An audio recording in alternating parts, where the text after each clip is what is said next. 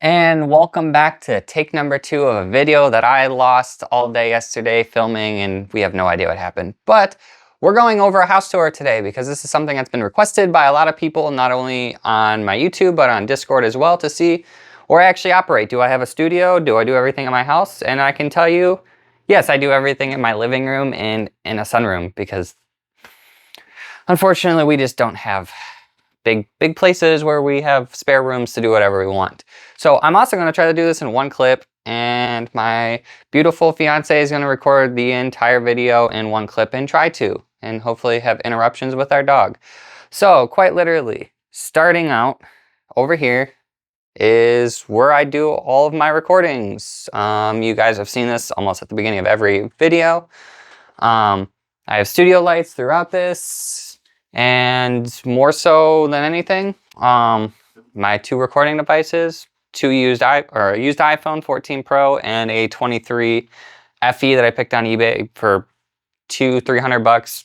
That great phones to record. They do the 4K stuff that I need to do. But I am today recording on my 25 Ultra, so it'll be a little bit smoother. It won't be as jittery, and we should be good to go. But literally moving on to over here, this is where we are going to start our tour, which is my in the way FDM rack of printers. Starting out here, this was the first 3D printer that I picked up personally, which is my Ender 3 S1. I really don't use this one as much anymore. It's really good, it's just really slow. And for the products that I'm trying to get out, I need to make sure that they're done fast, and this just does not have the speed that my other 2 printers do. On the bottom here is my Neptune 4 Max. I picked this up literally because I had a project in mind that I needed a big piece for. And since then, I haven't really used this to print any bigger pieces on it. And it works. It's a great printer. It's a pain in the butt to get leveled, but if you can find one used, pick it up, because who knows when ELEGOO is going to make a bigger version of this. And if they do, it'll probably be something similar to my Centauri Carbon that's a lot bigger. Moving over to these 2, these are my workhorse printers. I use these literally every week, multiple times a day. And I usually always have things running, but I have them not running right now so I can record this video and not have any noise. This is my Adventure 5M. This is from FlashForge. I started out with this one mainly because this was my entry level to a Core XY foundation. Great printer. I've had no issues. Haven't even had to replace the nozzle in over a year and a half. I have like 2,000 print hours on this thing already, and it's been rock solid. I have 0 issues with this. I did pick up recently a cryo grip bed for this, just to have one. They were on sale for Amazon's little Amazon Day in July, and $20. I was like, yeah, I'm just gonna pick one up, replace the old bed. It was getting a little iffy.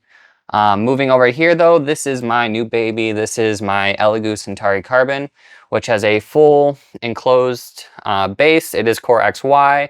And ELEGOO really knocked it out of the park on this printer. This is the first time I've been able to print ABS, the first time I've been able to do carbon fiber filament. And for this week's project, little hint, I also have a model going with this, so that will be out next Sunday. I also have my rack of all my current prints that I'm working on. I try to line them up in what order I'm going to be working on them through the end of the year. And I will have more. A couple of them are just outside currently. My leg.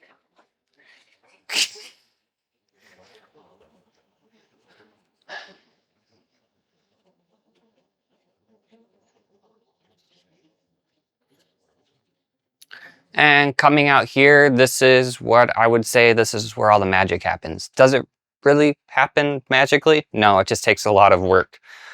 Outside, I literally just have a table that we found on the side of the road. I said, okay, one day, and we dragged it down the road. This is where I do all my spray painting and stuff, so it's outside of the house, and some of my sanding, if I'm doing any wood filler work, acetone work.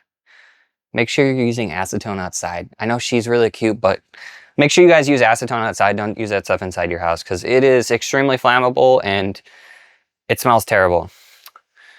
This is my little resin rack that I use just so I have a physical inventory visual that I know what I have.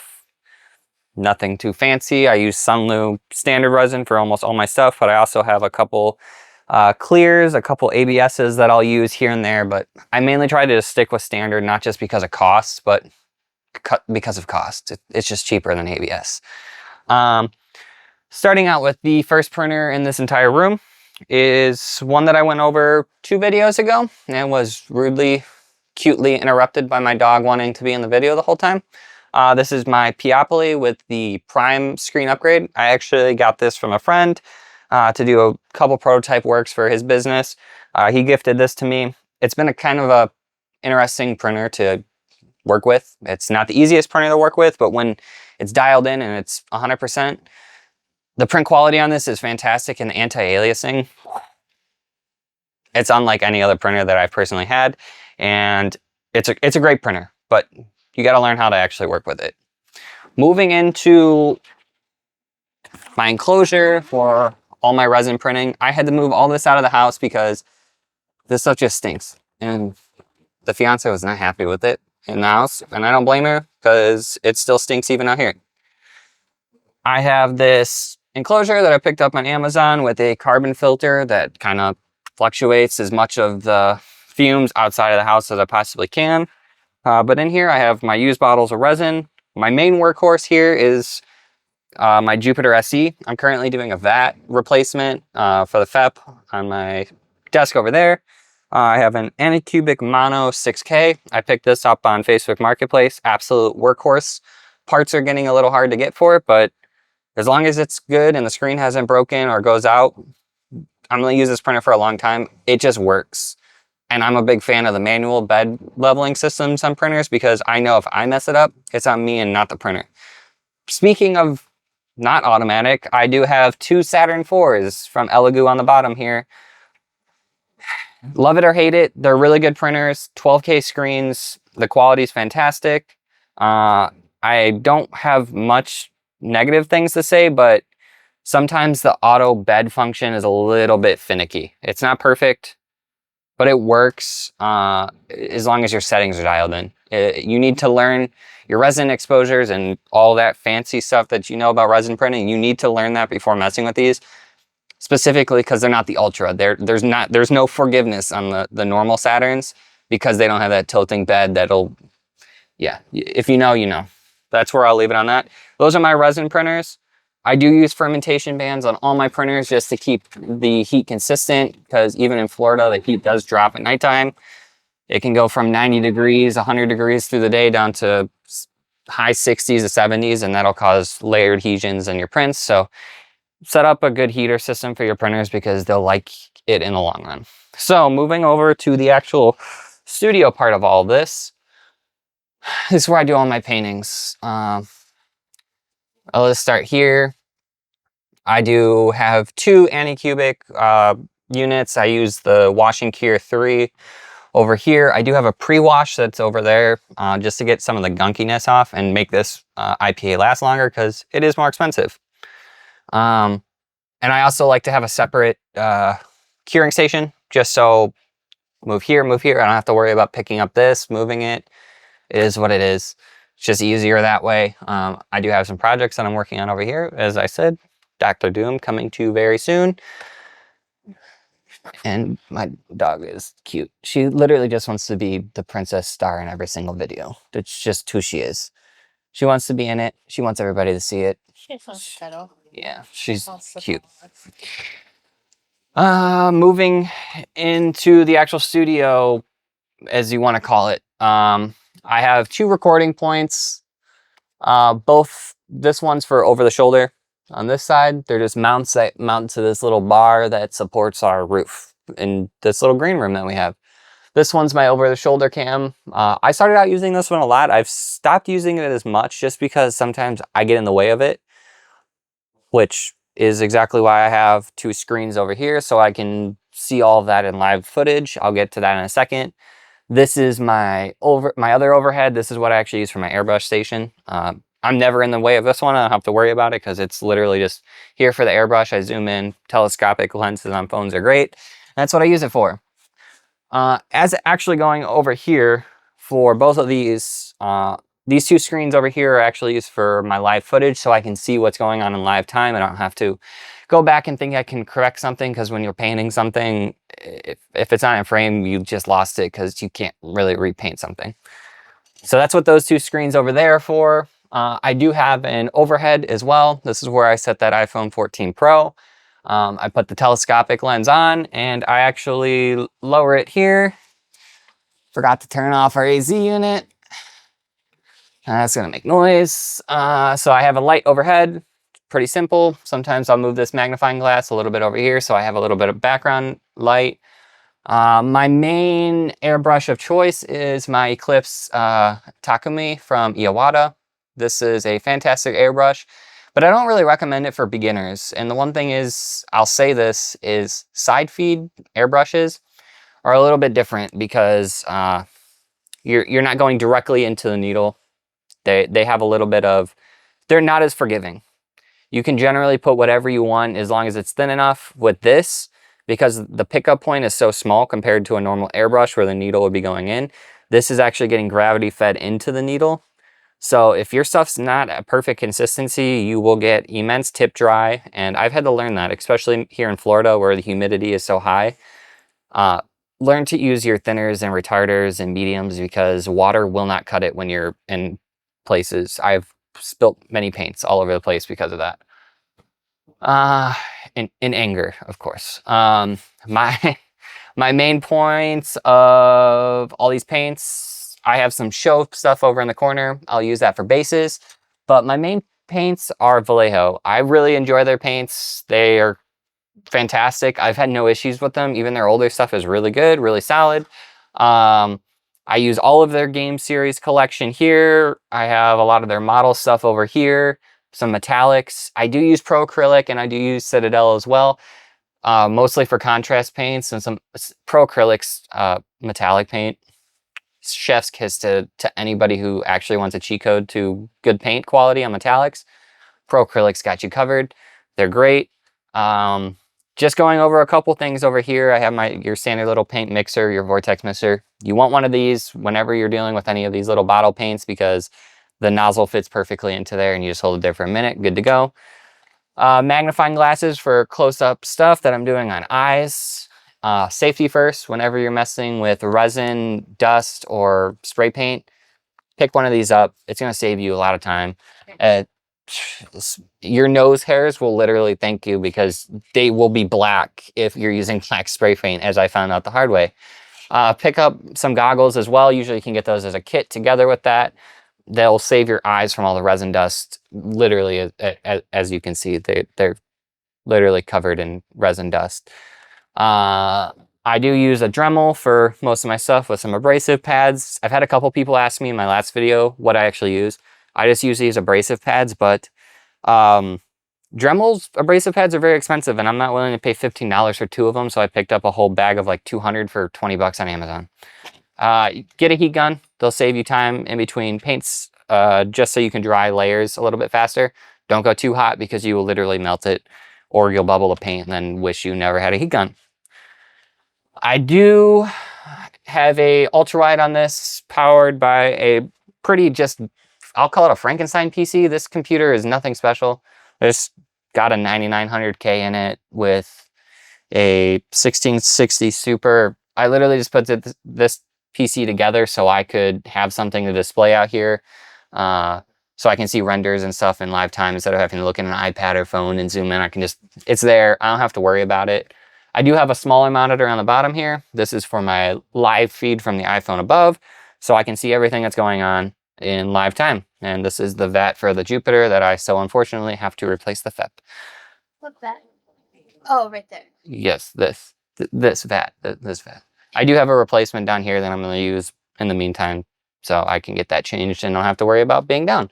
But that's it for the studio part. But I am going to show the rest of the house because I've had questions, not so much on YouTube, but of other things that I enjoy, other things that we enjoy as a couple. And overall, we're just going to move into what I would call my previous addiction.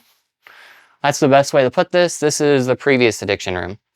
We have literally thousands of dollars worth of pops here. Very rare vaulted ones, very common ones, stuff you can get anywhere. Like we have an entire Pokemon plushie wall that has literally imported plushies from Japan, like bee's knees, a lot of good stuff over here.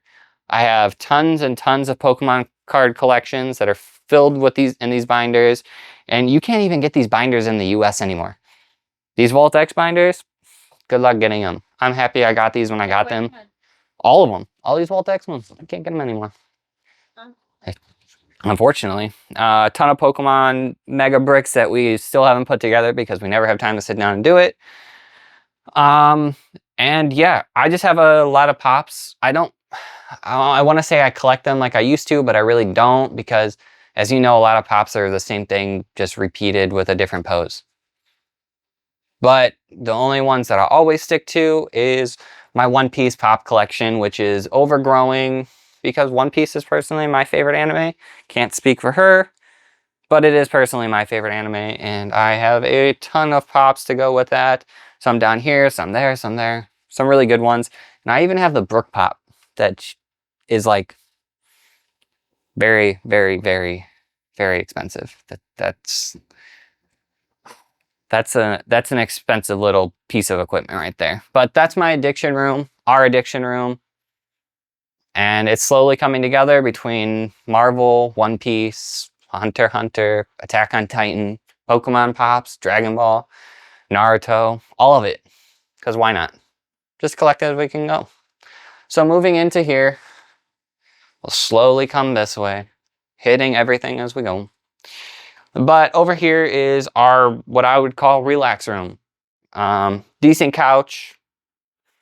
And overall, it's kind of a vibe in here sometimes.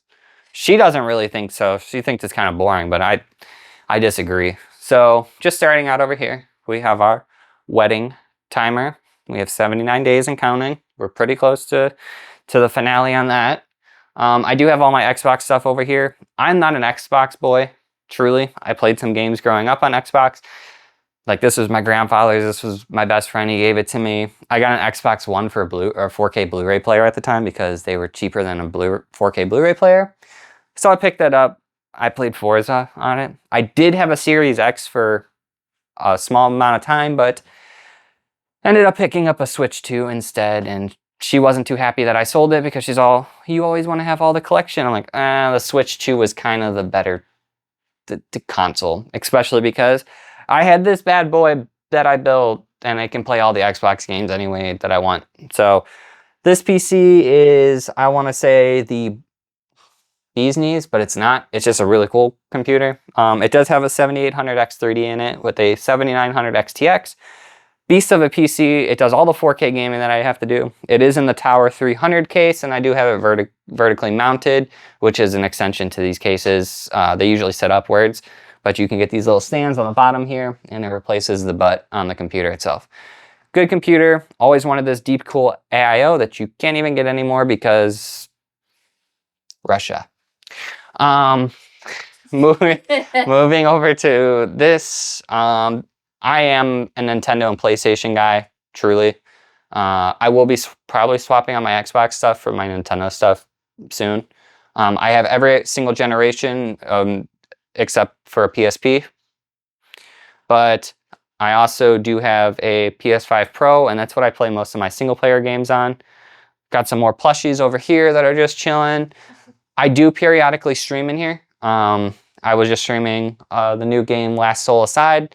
I do have a laptop in here that I'll do all my streaming on. This is just a Dell laptop with a 4060. It's got a 8000 gen AMD CPU. Really good laptop. It does all the AV1 encoding that I need to do. It's good. An Ajax keyboard from Amazon and a Model O on a TechSource mousepad because it matches the theme out here with the blues and the turquoises, blues, purples, all that. Two things that I really, really want to put out. Pick up a 3DS while you can. These things are worth gold and they're forever lasting. You might have to replace a battery here or there, but you can put every single game from the original Game Boy to the new 3DS with a modded 3DS and you'll have lifetime of games. I sit here and I'll play the old Pokemon Emeralds, Golds, Crystals, even the DS games, Heart Gold, Soul Silver. Play those on these. This is hers, this is mine. Wish she would play hers a little bit more, but is what it is. She'll get into it one day. They're there forever. Pick one up before you can't get one anymore though, because they are quite literally going up in value, and usually you can't even find a good one that's in good quality for under $350 anymore because they're just worth that much. Yeah. Bathroom here, love room here. It is what it is. I'm not going to show that because... The bedroom. Ah. And this is quite literally what I would call the baby of the entire household, which is our office. That's the baby. That is the baby. That is the baby. If you want to bring the camera in here and we can go over everything that's in this office, because this is the last bit of coverage for this entire video, because there is a lot in here, but there's not a lot in here. So first off, I wanted to show this because this was actually meant to be shown in my last video to show off a 1/4 scale. This is actually the first print I ever personally did.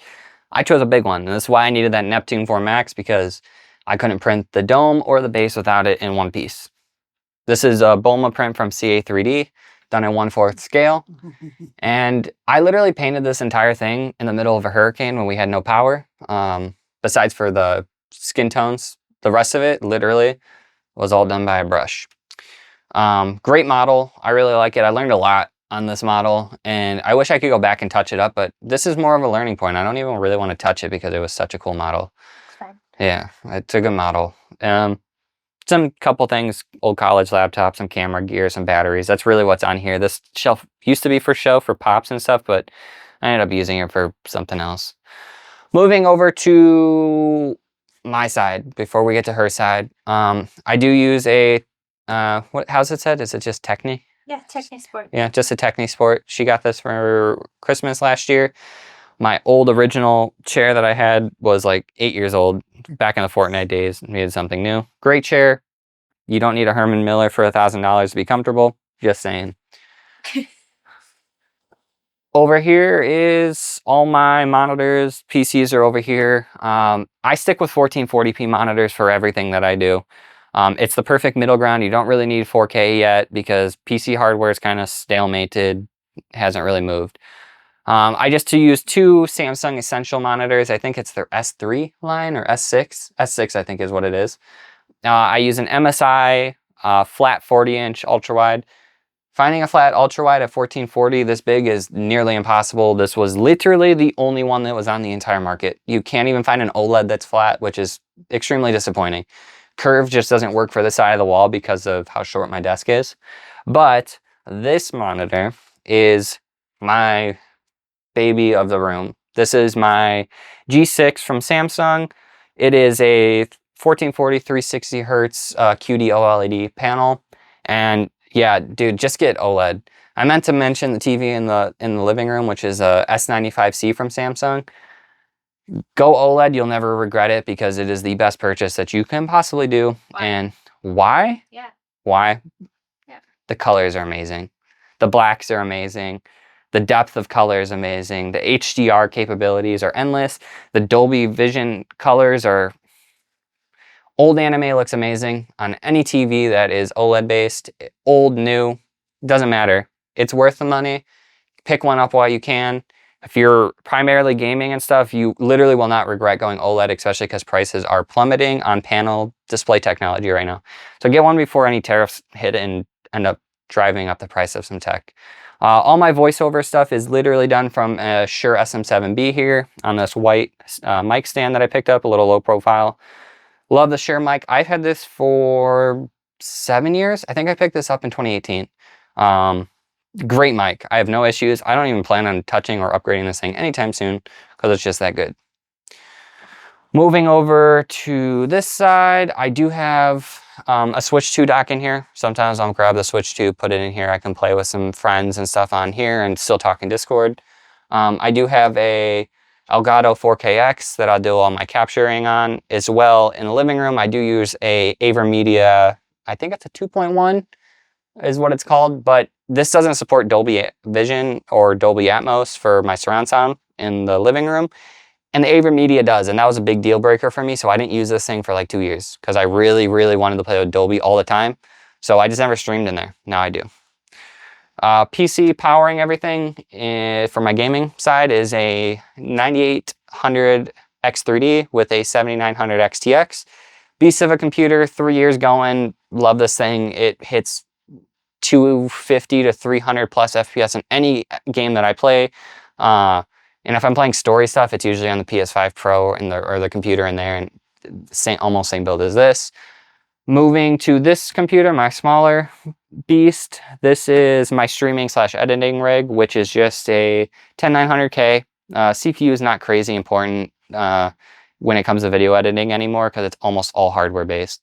I do have 128 gigs of RAM in this computer though. And I do have an RTX Pro 4000 and an A4500 from their Quadro lineups. One's for encoding, one's for decoding, not only streams, but also all my video editing, which I do over here. I have a nice soundboard. This is really confusing for a lot of people, so I'm not going crazy with this. If you don't understand what audio is, I'm not even really going to dive into that as much. Her computer, she has no idea what's in it because she doesn't use it.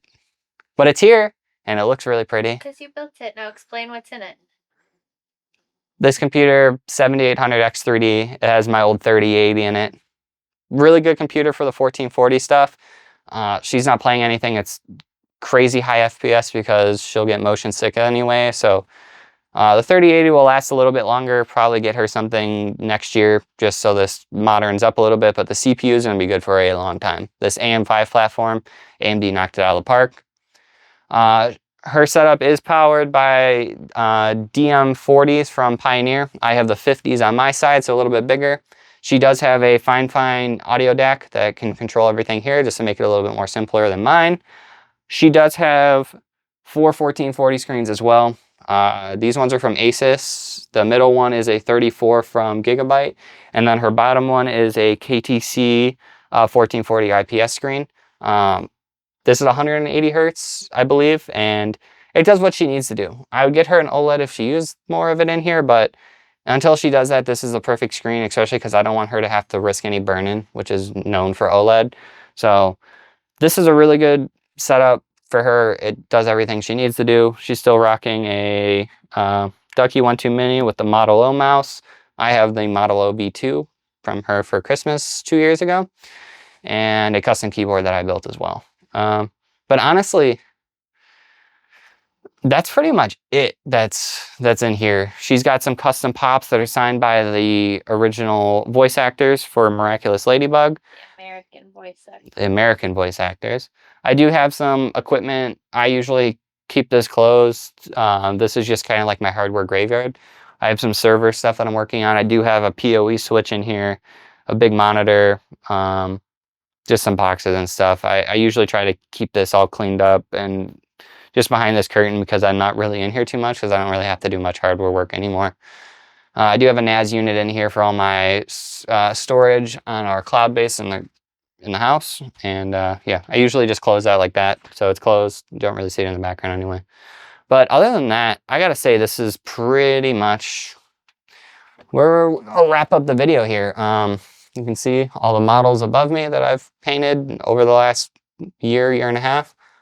The Taki model is absolutely massive. I don't think the last video did this justice whatsoever. But yeah, I hope you guys enjoyed this because this is something I personally wanted to do for a long time. And I literally filmed this whole thing yesterday and then had to redo the entire clip today because for some reason all my video was lost and we were really sad. So you can pan to our sleeping puppy because she's absolutely adorable.